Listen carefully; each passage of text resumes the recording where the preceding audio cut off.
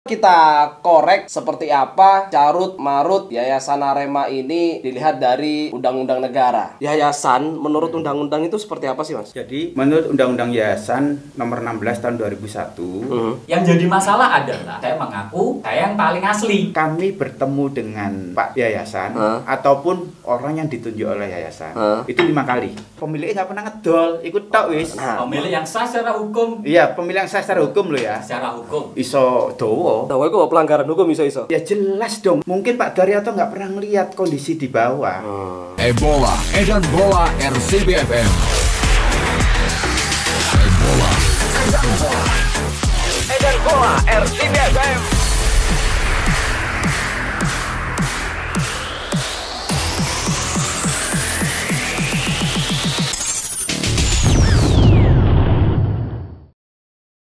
Assalamualaikum warahmatullahi wabarakatuh. Salam satu jiwa Arema. Kembali lagi di podcast Edan Bola RCBFM. Dan podcast edisi kali ini tentu saja meneruskan podcast atau informasi-informasi yang terkait dualisme Arema ini akan berakhir seperti apa? Happy ending kah atau bagaimana? Nah, di podcast sebelumnya dan paling mencolok yang paling terlihat adalah ketika satu Arema berbicara soal rekonsiliasi sepertinya buntu seperti yang disampaikan oleh dari satu pihak, dari sisi Arema Indonesia yang disampaikan oleh Mbak Novi Akub Zainal, bahwa menurut beliau rekonsiliasi itu tidak perlu dan tetangga gak harus menikah, istilahnya seperti itu. Nah, ketika rekonsiliasi buntu, apakah satu Arema ini sekarang tinggal mimpi atau tidak bakal terwujud? Apakah ada jalan lain? Misalnya jalan yayasan mungkin. Nah, coba kita korek seperti apa carut marut Yayasan Arema ini dilihat dari undang-undang negara. Nah, sudah hadir di podcast Edan Bola RCBFM ada Sam Rahmat, Sam Niko. Salam satu jiwa. Arema. Apa kabar Sam Rahmat, Mas Niko? Alhamdulillah, Tahes Komes. Tahes. Iya. Mungkin ada yang sudah kenal, mungkin pula ada yang bertanya-tanya, Mas Niko, Mas Rahmat iki sopo?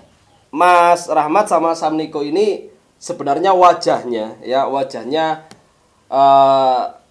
sering kali beredar, baik itu mungkin di media maupun di media sosial. Bahkan yang paling mencolok wajah Sam Niko ini ketika sangat terlihat jelas saat menjadi salah satu pelopor atau koordinator demo mencegah Arema merger dengan Persema beberapa tahun yang lalu. Tahun 2008-2009 lah ya. Sekitar itu. Nah, dan baru-baru ini juga wajah-wajah beliau-beliau ini juga muncul di media sosial. Dari mana? Dari postingan akun media sosial Pak Daryoto Setiawan. Kan ada postingan Pak Daryoto, wajah-wajah beliau ini salah duanya. Nah, iki Sam Rahmat dan Sam Niko. Sam Rahmat kebetulan juga seorang lawyer. Kali ini kita akan membedah ketika rekonsiliasi buntu, terus dualisme ini kudu diselesaikno liwat ndi? Apakah liwat yayasan? Sementara yayasan ini nampak carut marut. Coba kita urai, kita lihat dari sudut pandang undang-undang. Yayasan ini sebenarnya posisinya seperti apa, khususnya Yayasan Arema ya. Nah, Sam Rahmat, langsung saja. Mungkin pertanyaan awal-awal sih ae. Nah, ketika Pak Dar posting jebret, nah iku ono fotone sampean, terus ya ono Mas Hari sampat barang. Ya. Iku dalam rangka opo sebenarnya? Silaturahmi. Iya. Silaturahmi tok? Silaturahmi, ya diskusi-diskusi, guyon-guyon. Ya nyinggung masalah Arema juga. Oke, karena gini, karena saya dapat informasi, artinya apa? Memang sebelum MMGA mengejar soal kejelasan yayasan, sudah ada Sam Rahmat dan teman-teman yang mencari tahu, mencari informasi seperti apa sih posisi yayasan sebenarnya ke Pak Dar. Apakah poin utamanya itu juga? Salah satunya itu. Salah satunya memang kita diskusi dengan Pak Dar mengenai legalitas pengunduran diri Pak Dar. Kemudian langkah ke depan seperti apa menangani carut marut ya klub Arema ini dari sudut yayasan. Oke, baik. Nah ketika akhirnya ngomongno rekonsiliasi buntu Samniko menurut sampean ya apa iki? Apakah menurut sampean sebagai Aremania secara pribadi satu Arema mustahil ketika akhirnya jalan rekonsiliasi menurut Mbak Novi gak perlu lah. Sebenarnya kalau kita melihat situasi kondisi yang ada itu kita harus cari akar masalahnya, Mas. Jadi gini Sam, akar masalahnya seperti apa? Itu kenapa waktu itu kami, saya sama Rahmat juga kita bersilaturahim ke Pak Daryoto, ingin tahu kejelasan yayasan ini seperti apa. Kembali ke pertanyaan Samen tadi, apa kalau rekonsiliasi atau buntu, saya nggak bisa jawab apakah ini nanti buntu atau gimana. Ini semua proses sebenarnya. Walaupun prosesnya sepirang tahun mari-mari, semakan nanti koyok sinetron naik, tersanjung biro, tersanjung. Wis tuh aku lah. Ono berapa seri apa, gak mari-mari, ngono mulai. Korbannya sopo? Aremania, Pak. Korbannya Aremania. Makanya, ya apa caranya kemari? Makanya kembali ke akar masalah. Masalah yayasan ini seperti apa? Kalau yang sampai nomang Mas Rahmat ahli nih. Mungkin bisa dijelaskan Mbak Rahmat nanti seperti apa. Nah, itu menurut aku. Nah, Mas Rahmat, poin pentingnya adalah seandainya memang benar-benar yayasan ini satu-satunya yang bisa menyelesaikan Arema, dualisme Arema. Nah, iki yayasan ini sebenarnya posisinya seperti apa? Mungkin kita mulai dulu. Yayasan menurut undang-undang itu seperti apa sih, Mas? Ya, jadi sebelum kita bicara mengenai yayasan Arema, kita harus tahu dulu prosedur hukum legalitas suatu yayasan itu seperti apa menurut undang-undang. Jadi menurut Undang-Undang Yayasan Nomor 16 Tahun 2001, para pendiri yayasan setelah mereka melakukan rapat-rapat, kemudian membuat ADART, menyusun komposisi organ yayasan, termasuk memasukkan personil-personil di dalamnya. Setelah final, itu dicatatkan di notaris. Dan keluarlah akte notaris terhadap yayasan tersebut. Pertanyaannya, Andra, dengan dikeluarkannya akte notaris, apakah yayasan tersebut sudah sah secara hukum? Belum. Oh, selama kalau cukup cuma tercatat di notaris itu masih belum sah. Belum sah secara hukum. Karena apa, Andra? Bisa jadi ada pihak-pihak lain. Misalkan kita bertiga, kon gawe yayasan jenengi yayasan RCBFM. Kemudian dicatatkan di notaris. Keluarlah akte notaris yayasan RCBFM pendirinya, bahkan kamu dari pembina yayasan disitulah. Saya juga di notaris yang lain ngajono pisan dengan komposisi versi saya. Niko juga sama mengajukan komposisi. Kalau itu dianggap sudah sah, misalkan ini kan akan terjadi carut marut yang berkepanjangan kan. Baik. Oleh karena itu demi ketertiban hukum, demi kepastian hukum, maka keabsahan suatu yayasan itu ditentukan oleh Depkumham. Jadi setelah dicatatkan di notaris, itu kemudian didaftarkan di Depkumham. Begitu Depkumham mensahkan yayasan tersebut, yayasannya Hendra, maka yayasan saya maupun yayasan Niko itu yayasan abal-abal. Ilegal. Baik. Itu. Nah, kenapa Depkumham dipakai sebagai acuan? Karena dia badan negara yang sah dan resmi. Untuk menentukan itu semua. Iya. Jadi hanya satu yang tercatat di Depkumham. Saya maupun Niko mengajukan hal yang sama ke Depkumham akan ditolak. Gitu. Iya. Baik. Nah, kemudian soal pengurus yayasan. Pengurus yayasan ini terdiri dari apa saja, Mas? Iya. Jadi menurut Undang-Undang Yayasan tahun 16 tahun 2001 itu organ yayasan itu ada 3. Pertama pembina yayasan, kedua pengurus yayasan, ketiga pengawas yayasan. Baik. Pembina yayasan ini apa namanya merupakan organ yayasan yang mempunyai kekuasaan yang sangat mutlak. Dia bisa membuat apa aja, merubah ADART yayasan, kemudian menentukan kebijakan umum yayasan, mengangkat pengurus yayasan, mengangkat pengawas yayasan. Boleh dikatakan pembina yayasan inilah pemilik yayasan. Oke. Iya. Kemudian yang kedua itu pengurus yayasan. Pengurus yayasan itu tugasnya adalah mengelola yayasan. Manajemennya yayasan lah. Kalau di PT itu seperti direksi.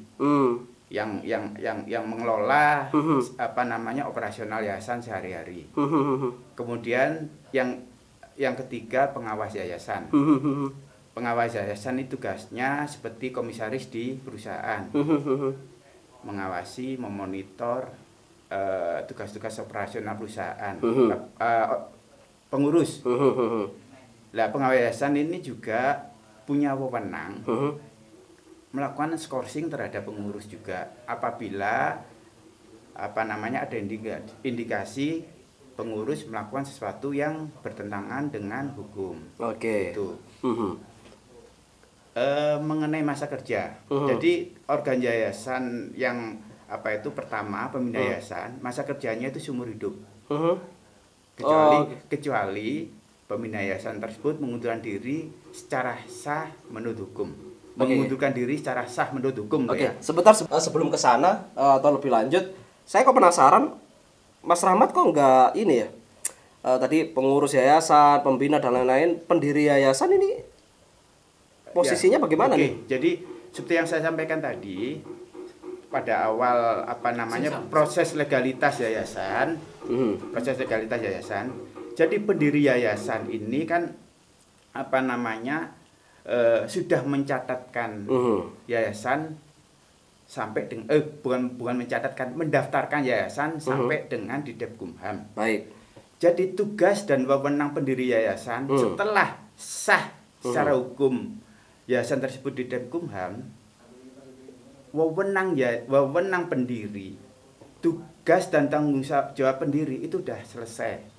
Pendiri yayasan tidak mempunyai ikatan hukum dengan yayasan. Pendiri yayasan hanya tercatat dalam tinta emas sebagai pendiri yayasan. Jadi dia tidak punya wewenang apapun. Karena semua wewenang itu sudah diambil oleh pembina yayasan, pengurus yayasan, dan pengawas yayasan. Kecuali pendiri yayasan itu sebagai pembina, pendiri yayasan sebagai pengurus, pendiri yayasan sebagai pengawas. Kalau pendiri yayasan tidak masuk di dalam organ yayasan, dia tidak punya wewenang apapun.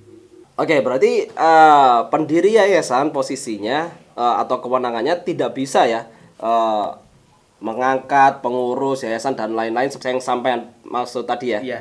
Jadi hanya sekali aja pendiri yayasan itu mengangkat pembina, mengangkat pengurus dan pengawas. Setelah itu ya sudah wewenang pendiri yayasan sudah selesai. Artinya stop sampai bahwa namanya tercatat di tinta emas bahwa inilah pendiri yayasan. Iya. Selama tidak masuk sebagai pembina atau pengurus yayasan, itu berarti kewenangannya tidak melebihi pembina atau pengurus yang diangkat saat itu. Bukan tidak melebihi, tidak punya wewenang apapun. Tidak punya wewenang apapun. Oke.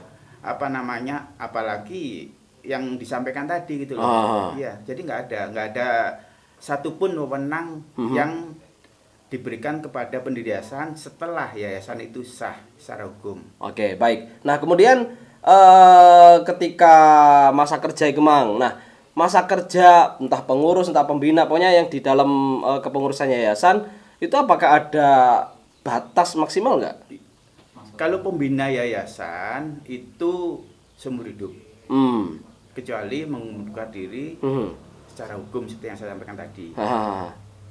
Kemudian pengurus yayasan dan pengawas yayasan masa kerjanya 5 tahun. 5 tahun? 5 tahun saja. Oke. Bisa diperpanjang 1 kali, koyok presiden. Oh, ngono. Iya. Yang hanya 2 periode aja. Proses memperpanjangnya memang melalui yang berhak mengangkat pengurus yayasan. Pengawas yayasan adalah pembina yayasan. Pembina yayasan. Iya. Nah, berarti kalau misalnya kita langsung ke Arema gitu ya. Kalau melihat ke Arema, Samniko, Mas Rahmat sebagai Aremania, kebetulan Mas Rahmat juga dan seorang supporter, artinya kan juga mengikuti perkembangan yayasan di Arema. Nah, ketika akhirnya rekonsiliasi ini buntu, nah, yayasan Arema ketika carut marut seperti ini, posisinya ya apa, Mas? Sebenarnya sih gini, aku bisa menganalogikan ya dengan proses dari awal sampai analoginya itu seperti ini, Mas. Analoginya kayak gini, yang paling gampangnya, aku udah usaha, udah toko konveksi lah. Karena suatu hal, ini saya serahkan ke orang lain. Saya serahkan ke orang lain setelah kita bicara, sampean teko, Mas. Sampean punya, akhirnya kita berbicara dengan proses demikian rupa, saya serahkanlah itu ke sampean. Saya sebagai pemilik awalnya, sebagai pendiri usaha ini, saya serahkan ke sampean. Saya serahkan ke sampean, ya sudah, itu kan sudah sampean urus. Saya pendiri yayasan tadi, tak selano nang sampean. Kepemilikannya lo ya? Kepemilikannya saya serahkan ke sampean. Udah, itu kan ke sampean sing ngurus. Semua toko dan apapun. Dengan kebaikan sampean karena saya sebagai pendiri, sampean menghargai saya lah. Sampean kasih saya sekian persen di usaha tersebut, sekian persen. Tumbuhlah usaha sampean. Tumbuh. Kata Mas Rahmat, saya nggak punya wewenang walaupun saya pendiri. Saya nggak punya wewenang sama sekali karena sudah menjadi urusan sampean kan, sampean raya. Akhirnya seiring berjalannya waktu, saya wis tadi. Moro aku kok pengen ngedekno maneh yo. Aku ndek modal, aku ngedekno maneh. Ngedekno maneh toko yang sama, produk yang sama, usaha yang sama. Iya kan? Kayak ngono. Aku ngedekno dengan nama yang sama, Mas. Boleh nggak? Boleh. Yang jadi masalah adalah saya mengaku saya yang paling asli. Prosesnya kok ngono simpel itu. Sampeyan ya apa? Di posisi iku sampeyan sebagai pemilik wis tak serahno nang sampeyan. Artinya coba berarti kalau kita langsung ke kasus Arema itu sendiri. Nah, semuanya kan ketika akhirnya di era Bentul ya, semuanya kan baik-baik saja ya. Semua baik-baik saja. Nah, kemudian gonjang-ganjingnya itu adalah dimulai ketika Pak Daryoto pamitan, kemudian Bentul dengan pemilik barunya tidak dengan Arema lagi. Nah, kemudian muncul pembina-pembina yang kemarin-kemarin. Nah, ini posisinya ya apa, Mas? Mungkin dimulai dari ketika Pak Dar mundur. Nah, Pak Dar menyatakan mundur dari Arema. Beliau kan waktu itu safari ke media, salah satunya kan ke RCBFM. Beliau menyatakan pamit lah, diserahkan ke konsorsium. Nah, waktu itu posisi yayasan dengan Aremanya sendiri, ya apa, Mas? Ya, jadi gini, kalau kita... Artinya kan, sebentar. Artinya kan ini juga sempat ditanyakan kan ke Pak Daryoto waktu Mas Niko, Mas Rahmat bertemu secara langsung dengan Pak Daryoto kan? Ya. Jadi gini, kalau kita melihat kepemilikan klub Arema, itu kita harus melihat sejarah. Bahwa klub Arema ini sejak awal berdirinya itu adalah milik Yayasan Arema. Baik. Pak Akub Yenal, Pak Luki, Sam Luki dan sebagainya. Kemudian dalam perjalanan kepemilikan klub Arema yang dimiliki oleh yayasan itu dalam perjalanan kemudian yayasan menganggap perlu untuk menunjuk pengelola. Jadi selama 87 sampai tahun 2004 sampai dengan Bentul itu kan yang ngelola yayasan sebagai pemilik dan pengelola sekaligus. Oke. Kemudian sebelum ada PT waktu itu ya? Ya itu sebelum ada PT. Lah mungkin Bentul melihat kalau yang ngelola yayasan itu mungkin tidak maksimal. Karena klub Arema itu bisa dikelola secara bisnis. Mungkin itu ya pemikirannya sehingga pada saat itu Yayasan Arema membentuk PT Arema Indonesia untuk mengelola. Pemilik tetap yayasan. Untuk mengelola klub Arema. Kemudian dalam perjalanan dan sebagainya terjadilah ribut-ribut itu. yang diawali dengan pengunduran diri Pak Dar sebagai pembina yayasan pada tahun 2009. Pertanyaan yang sampai sekarang ini pro kontra kan, apakah pengunduran diri Pak Dar itu sah apa tidak? Itu kan. Bahkan ada termasuk lawyer pun pro kontra gitu loh. Gitu. Iya. Jadi kalau kita mengacu kepada undang-undang yayasan, jadi kalau pembina yayasan itu mengundurkan diri, ada tenggang waktu 30 hari bagi pengurus maupun pengawas yayasan untuk ini ya, pembina yayasannya udah nggak ada lagi loh ya. Kan ada pembina yayasan itu yang lebih dari 1 orang. Kalau lebih dari 1 orang, maka yang mengganti pembina yayasan adalah pembina yayasan yang ada. Itu bisa mengganti pembina yayasan yang mengundurkan diri tersebut. Tapi kalau pembinanya 1, nah, kalau pembinanya tinggal satu-satunya, maka yang memilih adalah pengurus yayasan dan pengawas yayasan. Nah, akhirnya ketika Pak Daryoto mundur, ya seharusnya dalam 30 hari undang-undang loh ya, pengurus dan pengawas mengadakan rapat, kemudian mengangkat pengurus pembina yayasan baru. Tetapi waktu itu kan terlewatkan. Nah, jadi filosofi pasal 28 itu, pasal mengenai tenggang waktu 30 hari itu filosofinya, pembina yayasan itu merupakan organ yang paling vital. Semua kebijakan yayasan itu kan harus membina yayasan, sehingga tidak boleh ada kevakuman pembina yayasan dalam jangka waktu lama. Sehingga hanya dibatasi 30 hari aja. Kalau pengurus dan pengawas yayasan itu lalai, sehingga itu terlewat, ya otomatis karena vitalnya pembina yayasan, maka pengunduran diri itu batal demi hukum. Nah, itu memang ada yang mengatakan dengan lewatnya waktu itu, maka pengunduran diri Pak Dar sah. Kan ada juga statement semacam itu. Kalau kita mengikuti pola pikir yang terakhir, yang mengatakan setelah 30 hari pembina yayasan sah. Logika hukumnya ya. Bayangkan kalau pengawas maupun pengurus yayasan itu tinggal 1 bulan masa kerjanya. Masa kerja. Ya. Sedangkan pengawas maupun pengurus yayasan itu yang mengangkat adalah pembina yayasan. Kalau setelah 30 hari kemudian dianggap pengunduran diri pembina yayasan itu sah, maka yayasan bubar. Oh, seperti itu? Loh, karena apa? Setelah 30 hari pengurus dan pengawas yayasan sopo sing milih? Sopo sing ngangkat? Ya, Kan sudah nggak ada pengurus, nggak ada pengawas. Sedangkan pembina yayasannya menurut statement itu dianggap sah gitu loh. Oh, gitu loh ya. Logika hukumnya. Bukan logika hukum lah, logikanya masuk akal enggak? Apalagi untuk yayasan yang punya PT-PT banyak. Bagaimana saham-saham yayasan itu kalau yayasan bubar gitu loh. Masuk akal enggak pendapat yang mengatakan setelah 30 hari pembina yayasan tidak terpilih pengawas maupun pengurus, maka pembina yayasan otomatis otomatis pengunduran diri sah. Masuk akal enggak kalau menurutmu?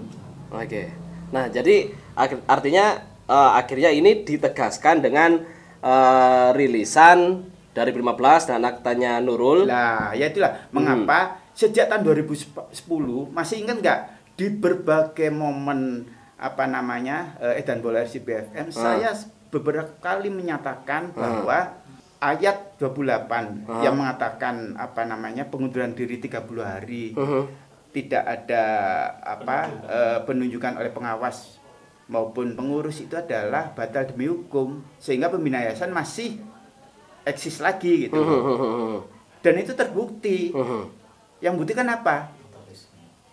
Yang membuktikan adalah suratnya Depkumham menjawab surat dari Pak Bambang Winarno tahun 2015. Karena acuan dari sah tidaknya hukum itu adalah Depkumham. Oh gitu. Itu setidaknya yayasan itu apa namanya, siapa pengurusnya, kemudian ADRT-nya seperti apa, itu adalah Depkumham. Jadi kita tidak bisa, jadi pengakuan, statement, kemudian surat sepihak itu tidak bisa dijadikan alasan sebagai keabsahan pengunduran diri pembina yayasan. Nah, kalau delok kasus saiki, oke lah, saya nggak nyebut apa ini bukan Arema ya, seandainya ini bukan Arema. Saya pendiri yayasan nih. Dengan segala problemnya terus carut marut di yayasan. Apakah yayasan yang carut marut itu dalam tanda kutip ya, bisa kembali ke saya sebagai pendiri? Nggak bisa. Terus misalnya nang Anawi gak ngomong Arema yo, Iya. yayasan bukan Arema ya? Iya. Itu nggak bisa Nggak kalau bisa. misalnya seperti itu. Yang punya hak kita hanya pembina yayasan. Yang punya pembina yayasan. Yang Jadi Jadi- kalaupun carut marut pun gak iso Iya. balik nang pendiri yayasan. nggak bisa. Ini sekali lagi bukan Arema lo ya, seandainya Iya, seandainya yayasan ya. apapun, yayasan apapun, pemilik yayasan adalah pembina yayasan seperti yang saya sampaikan tadi Oke, gitu baik. loh. Itu. Ya analoginya lek sampean iku mang sing tak sampeno. Lek ngomong sing ngono yayasan iki dengan nama apa, dengan bahkan Mas Rahmat ngomong dengan nama yang sama. Aku menganalogikan mengartikan yang lain itu seperti itu. Sing oleh jenenge sing boleh memakai nama Hendra siapa aja boleh. Tapi akan menjadi sebuah masalah besar ketika Hendra yang lain ini mengaku aku Hendra saya ngasih penyiar RCB FM, itu akan jadi masalah, bener nggak sih? Oke. Ya kan? Nah, makanya balik nang rekonsiliasi mang. Kenapa saya bilang lagi gak ketemu? Aku gak iso ngomong iku gak ketemu. Iki sebuah proses. Ya wis lah, kalau memang ada sebuah jalan dari pihak yang sana, Mbak Novi, dari pihak Pakar, rekonsiliasi ngomong enak ya apa enake gitu, misalnya ada jalan di situ, monggo. Tapi lek ancen memang gak iso ketemu, ya iku mang solusine. Pakar mohon dengan sangat sampean turun gunung, ya sudah, tunjuklah. Turun gunung bukan berarti harus turun ke Malang atau apa, masih turun, ya sudah. Tunjuklah pengurus dan Buatlah kebijakan. pengelola yayasan yang baru. Oke. Apakah nanti Pak Dar akan tetap beliau berkenan masih menjadi pembina yayasan? Monggo silakan. Atau pengurus dan pengurus yayasan ini menunjuk pembina yayasan sesuai aturan undang-undang yayasan yang ada. Ya monggo, tidak apa-apa karena beliau punya kesibukan lain mungkin ya. Kan kita nggak bisa ngelarang kan Sam. Beliau punya hak di situ. Ya sudah. Nanti berikutnya yayasan ini dengan kepengurusan yang baru, dengan mungkin pembina tetap ada atau pembina yang baru, ya sudah. Mana Arema yang akan ditunjuk? Oke. Itu kan Arema yang anu gitu kan. Yang diputuskan sebagai Arema apa namanya? Di bawah naungan yayasan. Mengelola Arema pemiliknya yayasan. mengelola pemiliknya yayasan yang berlaga di Liga Indonesia. Iya. Saya bilang Liga Indonesia loh ya. Gak Liga yang utama, di Liga Indonesia, yang Liga Profesional Indonesia. berarti kan itu next. Nah, cuman saya juga penasaran sih ketika banyak kasus ketika saya liputan kemarin juga selama dualisme. Ono pengangkatan pembina baru. Nah, yang membuat saya penasaran ini sebenarnya nyinggung PT, tapi bukan ke arah PT-nya kalau menurut saya. Kita nyinggung PT. Misal gini, PT Arema Indonesia kan sahamnya yayasan kan ada waktu itu. Nah, ketika ada perubahan saham di sebuah PT, berarti kan kudu melibatkan orang yayasan. Dalam hal ini nggak tahu apakah benar undang-undangnya itu bilang bahwa aset yayasan bisa diperjualbelikan asal dapat persetujuan Dewan Pembina. Ya. Ada kan undang-undangnya seperti itu. Nah, berarti ketika kemarin ada aktivitas bahwa sekarang PTAI sahamnya berubah. Nah, ini Dewan Pembina sing iki sing menyetujui. Ya. Kira-kira maksudnya. Saya nggak mengandai-andai karena saya nggak tahu ya. Tapi yang pasti harusnya kan harus ada persetujuan pembina kan? Ya, saya nggak tahu apakah apa namanya sahamnya yayasan itu udah beralih dan sebagainya. Memang isu macam-macam karena saya sendiri belum pernah melihat aktenya seperti apa. Intinya dalam beberapa kesempatan bertemu Pak Daryoto. Kemudian juga masih ingat nggak pada saat mau dilakukan apa namanya ban terhadap PSSI. Pada saat itu kan ada press conference antara Pak SBY dengan IB. Yes. Di situ Pak SBY secara jelas menyatakan bahwa saham PT Arema Indonesia yang 93% itu tidak pernah dijual kemanapun sampai kapanpun. Masih ingat nggak? Saya liputan, saya jelas ingat. Ya, ingat kan? Iya. Ya, itu kami bertemu dengan Pak Yayasan ataupun orang yang ditunjuk oleh yayasan. Itu 5 kali. Kenapa? Pertama di Inggil dengan Pak SBY. Pak SBY pun mengatakan hal yang sama, tidak pernah menjual saham yayasan PT Arema Indonesia yang 93%. Dalam beberapa kali ketemu Pak Dar pun sama. Pak Dar menjelaskan tidak pernah.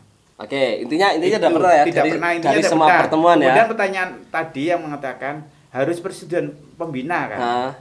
Nah, sebelum sama jawab, kemarin juga gini, ketika di podcast Mbak Novi Bersuara atau Bunda Novi Bersuara, beliau memang tidak menjelaskan atau tidak mau menjawab, tidak perlu menjawab ketika saya mengajukan pertanyaan dari 93 kok jadi 80.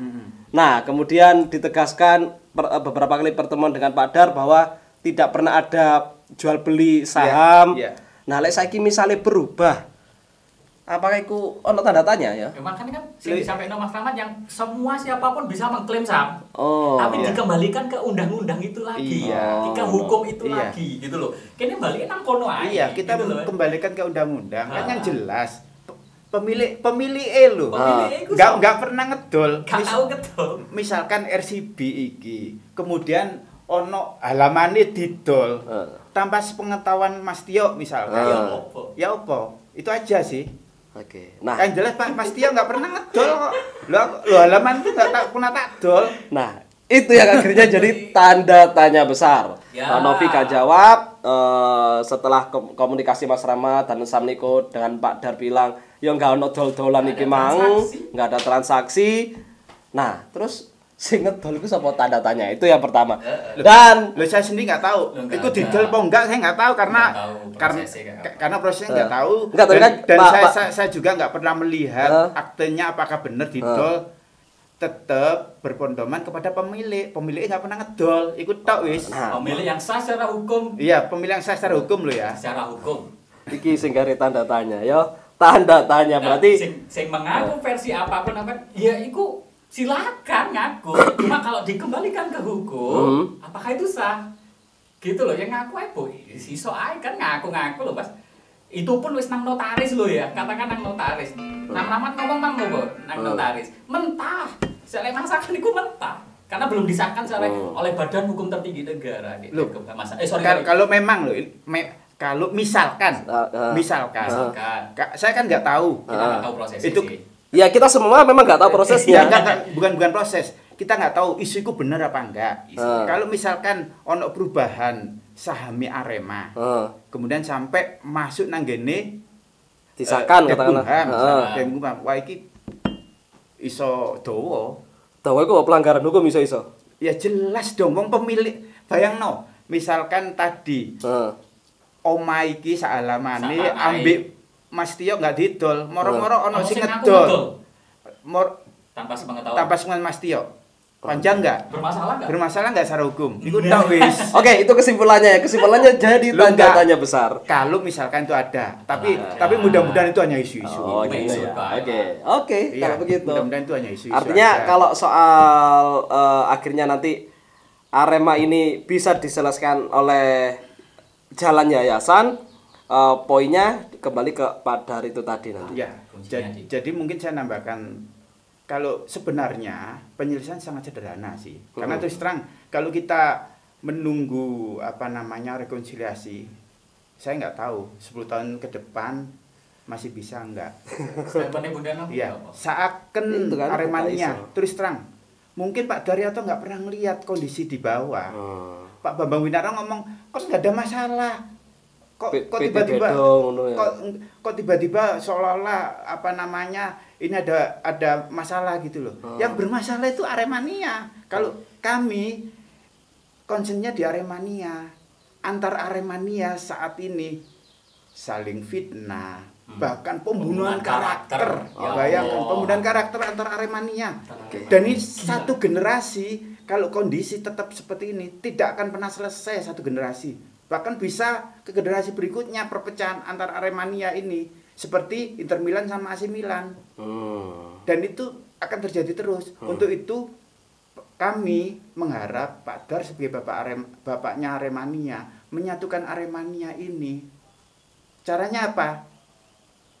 Yayasan Arema tegas menunjuk pengelola yang sah yang diakui oleh yayasan yang untuk mengelola klub Arema.